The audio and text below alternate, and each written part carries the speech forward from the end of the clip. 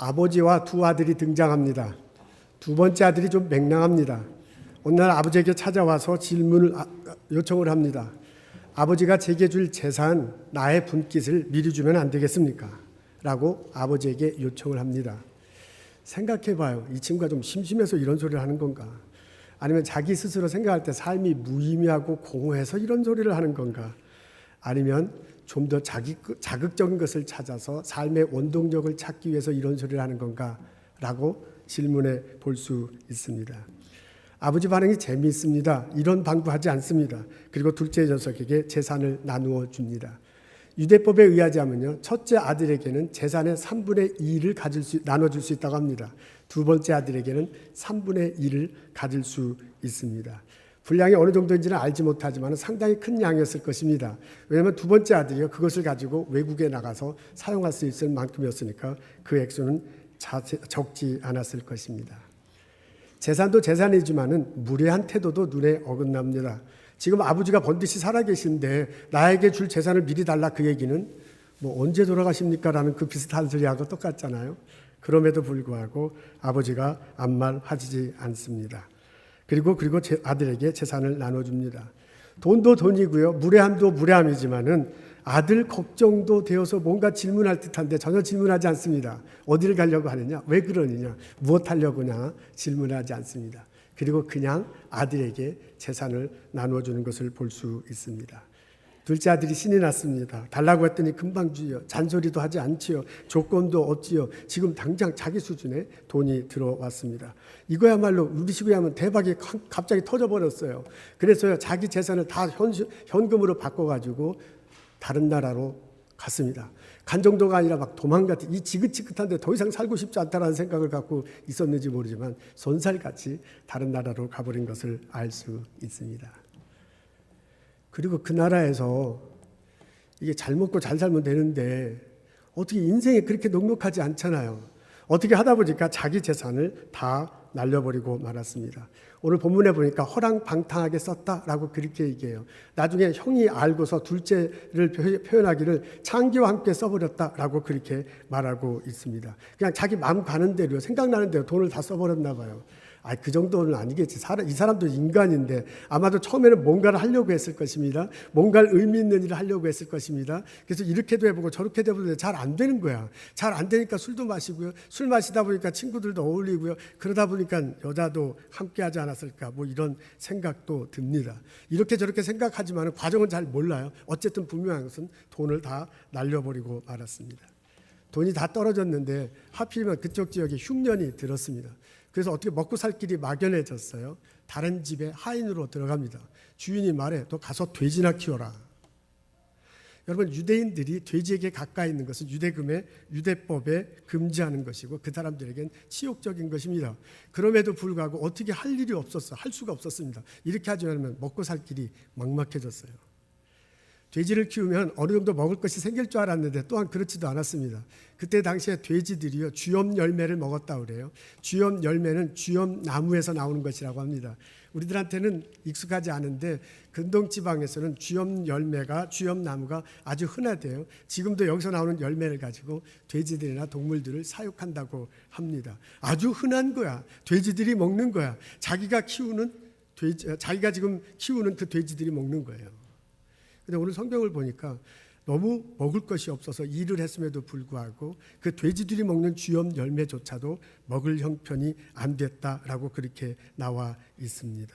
이러다가 죽을 것 같아. 절박한 상황이 되니까요. 자기에게 돈이 많았던 그 시절이 생각나. 절박한 상황이 되니까요. 자기에게 재산 떼어준 아버지가 생각나. 그 아버지 집에 아들로 있을 때 얼마나 풍족했던 것들이 생각나요. 그러면서 고개를 설적 흘리면서 내가 또 그 시절이 어떻게 되겠는가? 내가 또 어떻게 아들로 될 수가 있겠는가? 차라리 아버지 종만이라도 될 수 있으면 이렇게 비참하지 않을 텐데, 이렇게 굶어 죽지 않을 텐데 나는 여기서 굶어 죽게 됐구나 라고 말합니다. 궁핍과 고독함이 둘째 아들로 하여금 자신을 스스로 돌아보게 했습니다. 그의 주머니가 흥청거릴 때요, 비즈니스가 한참 잘 될 때는요, 젊고 건강했을 때는요, 주변에 사람들이 많이 있었어요. 주변에 울고 주변에 같이 웃고 깔깔대면 그런 사람들이 많이 있었어요. 그래서 자기 자신을 뒤돌아볼 겨를이 없었어요. 아니 자신을 뒤돌아볼 필요가 없었어. 사람들에 휩쓸려서 같이 살아갈 수밖에 없었습니다. 근데 지금은 돈이 떨어졌어요. 내 옆에 죽을 때까지 같이 있을 것 같은 사람들이 다 내 옆을 떠났습니다. 마음에 없는 웃음을 웃어주던 사람들이요, 내 주변에 아무도 없어요. 내가 하는 제안을 사업의 파트너로 생각하는 사람은 얼마나 좋은 아이디어를 하고 알랑방구 끄던 사람들도요, 아무도 주변에 없습니다. 자기 주변에는 돼지 새끼만 남게 됐어요. 궁핍하고 고독해졌을 때 둘째 아들은 자기 자신을 둘러볼 수 있게 됐습니다. 이러다가 내가 굶어 죽게 생겼구나. 둘째 아들의 자주 섞인 질문이요, 우리들에게도 남의 일 같지 않습니다. 왜냐하면 때때로 살아가다 보면 우리도 이런 삶의 구렁텅이에 빠질 때가 있기 때문에 그렇습니다. 살다 보면요, 왠지 무력해질 수 있습니다. 살다 보면요, 어떤 때 괜히 인생이 심심할 때가 있습니다. 스스로 삶이 짜증스럽고 허탄한 생각이 들 때가 있습니다. 왠지 모를 마음의 갈증 때문에요, 이러지도 못하고 저러지도 못하고 죽을 것 같은 그런 상황도 있습니다. 무언가 자극적인 것이 필요해. 무언가 의미 있는 것들이 필요해. 무언가 이 심심한 내 인생을 돌파할 돌파구가 필요한 그런 때가 있습니다. 그 돌파구를 무엇에서 어디에서 찾을 수 있겠습니까? 돈이 있으면요, 그 돌파구를 찾을 수 있을 것 같습니다. 그래서 어떻게 하면 돈을 벌 수 있을까 생각해요. 자기 잡을 찾습니다. 열심히 일을 합니다. 근데 돈이라는 게 참 우스워서요, 이게 모이면 모일수록 만족스러운 게 아닌가 봐요. 모이면 모여도 계속 부족한가 봐요. 어느 정도 모여도 이게 계속 없는 것처럼 그렇게 느껴지는가 봅니다. 어느 정도에 만족했으면요, 둘째 아들은 아버지를 떠나지 않았습니다. 어느 정도에 만족하지 못하니까 아버지를 떠난 것을 볼 수 있습니다. 아버지를 떠나 더 크게 해보려고 덤비는 것입니다. 아버지에게 노하우를 배울 수 있다. 건강하게 사업을 잘 키울 수 있다. 아버지 축복 속에서 내가 사업을 잘 할 수 있다라는 생각을 가졌으면요, 이 사람 떠나지 않았습니다. 근데 그 혼자 아버지를 떠나서 혼자 스스로 더 잘할 수 있다라고 생각했기 때문에 떠났습니다. 아버지가 하는 방법을 보니까 이게 너무 구태의연해. 저래서는 안 돼. 라는 생각이 들었으니까 떠났습니다. 나의 독특한 방법으로, 나의 창조적인 생각을 가지고 하면 더 잘 될 것 같아. 그래서 아버지 곁을 떠난 것입니다. 근데 사람이 꼭 이래요. 어느 정도 선에 만족하기가 참 어려워. 이 정도면 될 것 같은데요, 그 정도에 도착했어요. 그 정도 위치에 되고요, 그 정도 권력을 가지고 도대체 안 되는 것이 이 우리들의 속성인 것을 알 수 있습니다. 이 직장 갖고는 안 되겠구나. 사업을 펼치자. 사업을 이 정도 해서는 안 된다. 2개, 3개, 4개 더 좋은 사업을 찾자. 이렇게 막 자꾸 사업을 벌리다가도 될 때도 있고 안 될 때도 있잖아요. 새로운 돌파구를 더 찾아야 돼요. 안 하던 식으로 돈을 벌어야 돼요. 그래서 슬슬 남을 속여요. 슬슬 남을 등쳐먹어요. 그리고 사기를 치기 시작해요. 그리고 막 미친 듯이 돈에 빠져서 돈을 벌기 시작하는 거예요. 이 사람의 끝이 어떻게 되겠습니까? 이 사람이요, 끊임없이 추구했던 삶의 돌파구를 이렇게 해서 찾을 수 있다고 생각하십니다. 유명해지면은 뭔가 삶의 의미가 있고요, 삶의 돌파구를 찾을 수 있을 것 같아요. 그래서 유명한 배우나 가수나 스포츠 스타가 되기를 원합니다. 그러면 인생이 자극적이고요, 뭔가 의미 있고요, 삶의 돌파구가 빵빵빵 터질 것 같습니다.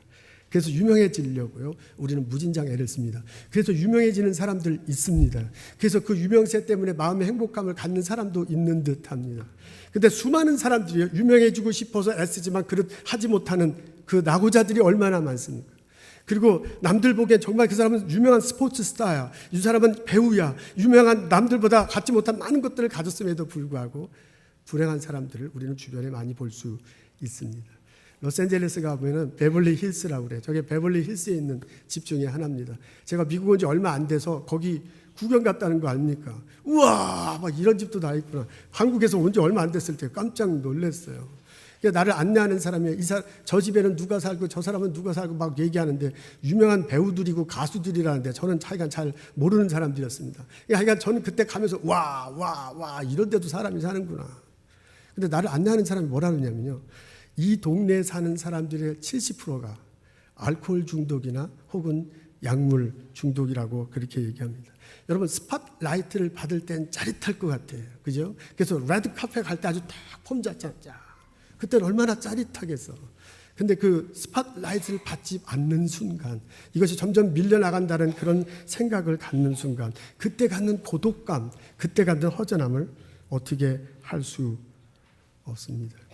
여러분, 도박을 하면 요 짜릿하고요, 삶의 돌파구를 챙길 것 같습니다. 그래서 이 심심한 삶에서요, 어떤 자극적인 무언가를 찾을 수 있을 것 같습니다. 이런 생각을 도박하는 사람들에게 물어볼 필요가 있습니다. 그래서 인생이 재밌습니까? 그래서 도박을 해서 삶의 돌파구가 생겼습니까? 그래서 돈도 좀 땄습니까? 제가 전도사 시절에, 이거 30년 전, 27년 전 일인데요. 전도사를 내시빌 테네시에 있는 내시빌 한인연합감리교회에서 전도사실을 보냈습니다. 근데 그 담임 목사님이 이준영 목사님이셨는데, 이분이 내시빌 한인연합감리교회 오시기 전에는 로스앤젤레스에서 교회를 개척하셨습니다. 그리고 이제 거기서 개척하다가 이제 오셨습니다. 교회 개척하고 얼마 안 돼서 교회 어른들이 많이 있으셨대요. 70대 어른들이 있는 이제 그런 교회였는데, 어느 주일날 갑자기 어른들이, 남자 어른들이 다 안 왔어요. 오늘 이게 어떻게 된 거야? 깜짝 놀라서 물어보니까 라스베가스에 가셨어. 그러니까 밴을 빌려가지고 12밴에 12명이 타는 거야. 근데 그 목사님 교인이 5분인데 다른 노인들과 힘을 합쳐서 12명 밴을 해가지고 주일날 아침에 로스앤젤레스에서 라스베가스까지 5시간이면 간대요. 5시간만 가. 그래갖고 그 새벽에 딱 대여하고 간 거야. 그것까지는 좋아. 1시간 남짓했는데 교통사고가 났습니다. 그래서 12명 중에 한 분이 돌아가시고요. 2분이 아주 심하게 다쳤어요. 나머지 9분은 괜찮아. 여러분, 돌아가신 분하고 다친 분이 앰뷸런스에 실려가고 난 다음에 차는 파손됐어. 나머지 9분이 어떻게 했을 것 같습니까? 여기까지 왔는데 그대로 갈 수는 없다. 라스베가스에 가자.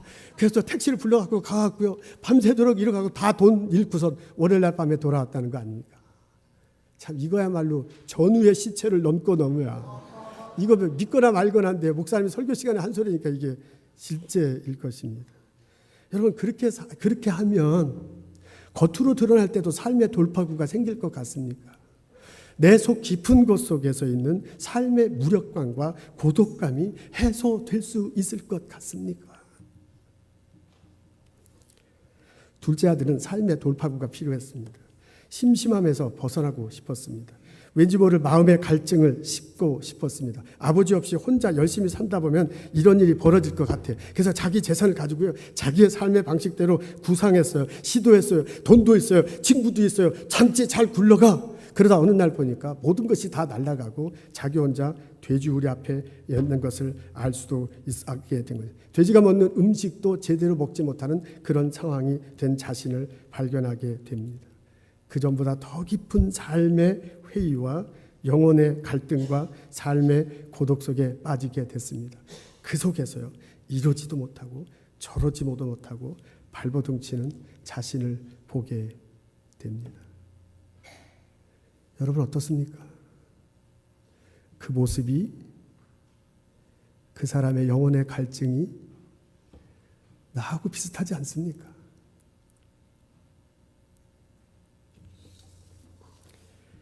궁핍함과 고독 속에서 자신을 되돌아본 둘째 아들이요, 왜 이런 문제가 생겼는가를 생각하기 시작했어요. 그래서 아버지로부터 떨어진 순간부터 문제가 시작됐다는 것을 알았어요. 그 순간에 모든 것들이 다 잘 될 것으로 생각했는데 바로 그 순간부터 문제가 시작됩니다. 저는 오랫동안 자기 자신이 자신의 구세주라고 생각했습니다. 물질이 생명줄이라고 여겼습니다. 자기를 도와주고 옆에 있는 친구가요, 자신들의 구세주라고 생각했어요. 근데 지금요, 돈도 없어지고 친구도 없어지고 아무것도 없고 옆에 있는 돼지 새끼만도 못한 그런 삶이 됐습니다. 모든 것들이 떠난 삶의 들판 한가운데서 자기가 의지할 수 있는 분은, 자기에게 소망을 줄 수 있는 분은 단 한 분, 아버지라는 것을 생각하게 됩니다. 내가 가서 날품팔이라로 하는 사람을, 가장 천한 노예라도 낫겠다는 생각을 갖습니다. 그래서 둘째 아들이 그 돼지우리에서 일어나 아버지 쪽을 향해서 가기로 했습니다.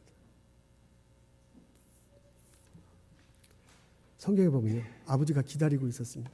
아들이 저 멀리에서 오는데 오늘 20절에 보면 이렇게 나와요. 아버지가 저를 보고 측은히 여겨 달려가 목을 안고 입을 맞추었다. 동사가 지금 몇 개예요? 5개예요? 6개예요? 이 짧은 순간에 아버지가 얼마나 애타했는지, 아버지가 얼마나 기다렸는지를 알 수 있는 표현들이 나온 것을 알 수 있습니다. 가서요, 껴안았습니다. 아들이 아버지한테 얘기하잖아요. 아버지, 내가 아들과 아버지께 죄를 지었습니다. 지금부터는 아버지 아들이라 일컬음을 감당치 못하겠습니다 라고 얘기해요. 상당히 솔직해. 돈을 달라 할 때도 상당히 솔직해서 주세요 그래요. 그리고 나중에 돌아왔을 때도 나 잘못했다고 상당히 솔직하게 말하는 것을 볼 수 있습니다. 전에 왜 아버지를 떠날 수밖에 없었는가를 구차하게 변명하지 않습니다. 자기를 합리화하려고 하지도 않습니다.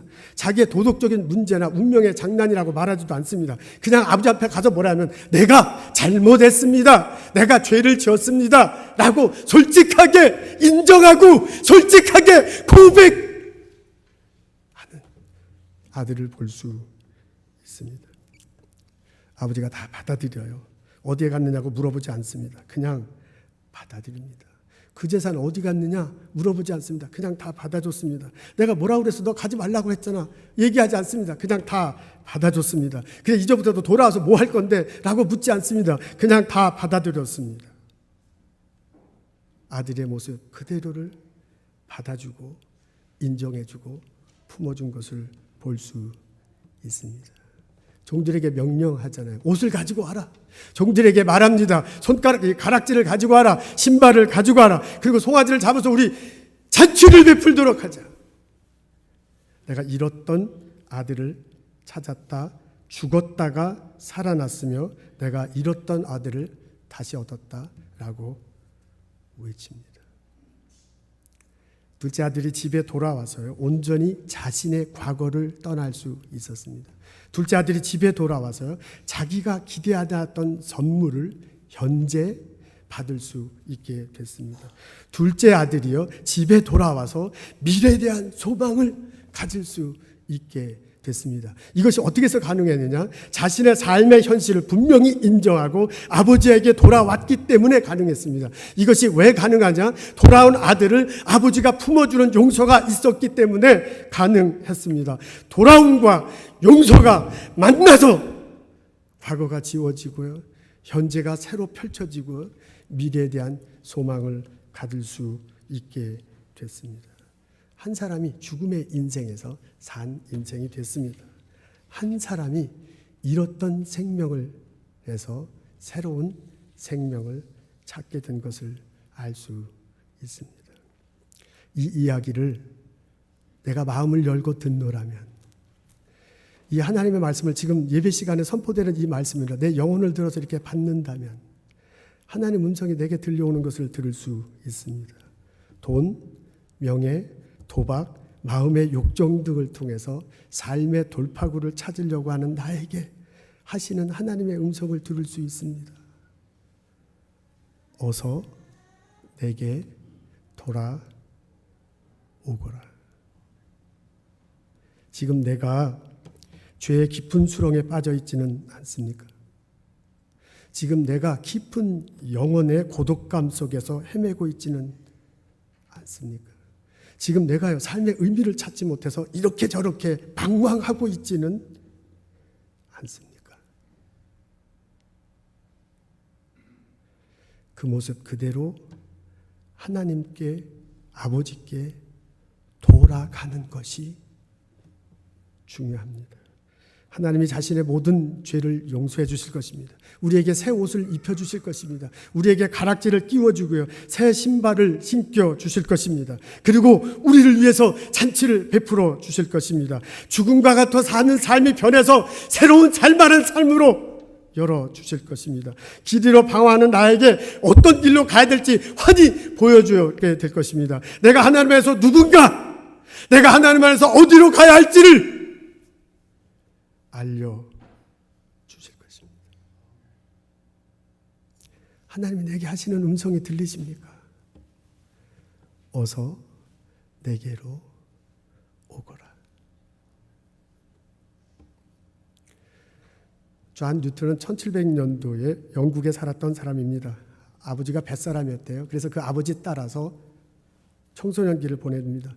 뱃사람들과 함께 거친 말투 그리고 그런 태도를 본받으면서 살아갔습니다. 밤새도록 술 마시고요. 창기들과 어울리는 게 기본적인 삶의 태도였습니다. 항해 중에서 배 타고 오면 선원들이 못된 행실을 많이 하는데 그것을 그대로 받았습니다. 어릴 적에 어머니와 함께 기독교를 좀 받아들이고 교회 몇 번 간 적이 있다고 합니다. 근데 커서는 절대로 교회 간 적이 없습니다. 전쟁이 터졌습니다. 군인이 돼서 군함을 탔는데 그 군함 타고서 사는 생활이 너무너무 보링해요. 그리고 나쁜 행실을 일삼다가 군대에서 탈영을 했어요. 탈영하고 영국 본토에 와갖고 다시 잡혔습니다. 그래서 잡힌 그 사람에게 노예선에 가가지고 노예선 밑에서 이렇게 노젓는 사람 있잖아요. 중노동을 시켰습니다. 그래서 거기서 처음으로 평생 굶주림을 당하고 학대를 당하고 남모를 고통 속에서 있게 됩니다. 그러면서 마음이 많이 낮아졌다고 그래요. 15개월 의무기간을 지나고 난 다음에 다시 영국으로 왔습니다. 그리고 이 사람이 뭘 했느냐? 노예선의 선장이 됐어요. 그래서 선장이 돼가지고요. 노예선을 끌고 아프리카 가서요. 잡아다가 그냥 유럽에 풀고 그런 일로 해서 떼돈을 벌게 됩니다. 승승장구했습니다. 어느 누구도 그 사람만큼 강력하게 노예선을 통솔하고서 이끄는 사람이 없었습니다. 그러던 어느 날 런던에 정박 중인데 비가 막 오는 날이요. 술 취해갖고 이렇게 지나가다 보니까 안에서 뭐 막 찬송 소리가 들리는 거예요. 그래서 이게 뭔가 감리교회 중에 아주 작은 감리교회였는데 안에서 막 소리가 들려요. 그래서 그 안에 구경하기 위해서 들어갔습니다. 근데 그 조그만 교회였는데 한 구석에 젊은 목회자가 설교를 하는데 얼마나 막 열정적으로 얘기하는지 이 술 취했는데도 그 막 열정적으로 하는 설교가 그냥 이렇게 귀에 들려. 그래서 저놈이 뭔 소리를 저렇게 연락이 하는가 해서 그냥 나가려고 하다가 뒤에서 듣기 시작했습니다. 근데 이 사람이 막 열정적으로 하는 그 설교에 자기도 모르게 귀가 가고요. 자기도 모르게 눈이 가고요. 그러다가 마음이 갔습니다. 그래서 자기도 모르게 설교를 듣는 순간 무릎을 꿇고요. 그리고 자기도 모르게 막 눈물을 철철철철 흘리게 됐습니다. 그리고 다 같이 기도하자라고 그럴 때요. 기도하려고 막 눈을 감는데 폭풍우가 확 치는 그 배에서 그런 상황에서 자기 배가 살아났던 그것이 생각났습니다. 자기가 군인이었을 때요. 군함 자기가 타야 할 배가 있었거든요. 그 타야 할 배가 있는데 늦어갖고 그 배를 못 탔어요. 그래서 다음 배를 탔는데 그 군함이 전쟁에 나가서 박살난 그런 생각이 났습니다. 어렸을 때인데 어쩌다가 엄마 손에 이끌려갖고 할 수 없이 교회 갔는데 그 교회 갔을 때 느꼈던 평안함 같은 것들이 생각났어요. 그러면서 자기가 이제까지 한 행동들이 사람들 앞에서 잘못된 거구나. 이게 못된 짓이구나. 자기가 이제까지 한 행동이요. 하나님 앞에서 죄구나. 라는 것이요. 갑자기 생각나고요. 갑자기 가슴을 치기 시작했어요. 그래서 그 사람이요. 그 자리에서 다 함께 기도할 때 통곡하면서 기도하고요. 자기의 죄를 분명히 낱낱이 고하게 됐습니다. 그러면서 완전히 사람이 바뀌어버렸어요. 그리고 교회 다니기 시작하고요. 나중에는 목회자가 됐습니다. 버킹엄 교회에서 10년 동안 목회했습니다. 올리 교회에서 27년간 목회했습니다. 그리고 80세가 됐을 때 은퇴했어요. 은퇴할 무렵에 자신의 삶을 다시 한번 뒤돌아봐. 그리고 자기를 변화시켰던 그 조그만 감리교회에서 설교했던 목사님의 설교를 다시 한번 생각해요. 그 설교 본문이 오늘 우리들이 읽은 바로 그 본문입니다. 그래, 그 본문을 다시 생각하고요. 자신의 삶이 그 전과 이 설교를 들을 때하고 들은 이후의 삶이 바뀐 것들을 생각하고 시를 하나 썼습니다. 나 같은 죄인 살리신 주 은혜 놀라와 잃었던 생명 찾았고 광명을 얻었네. 큰 죄악에서 건지신 주 은혜 고마워.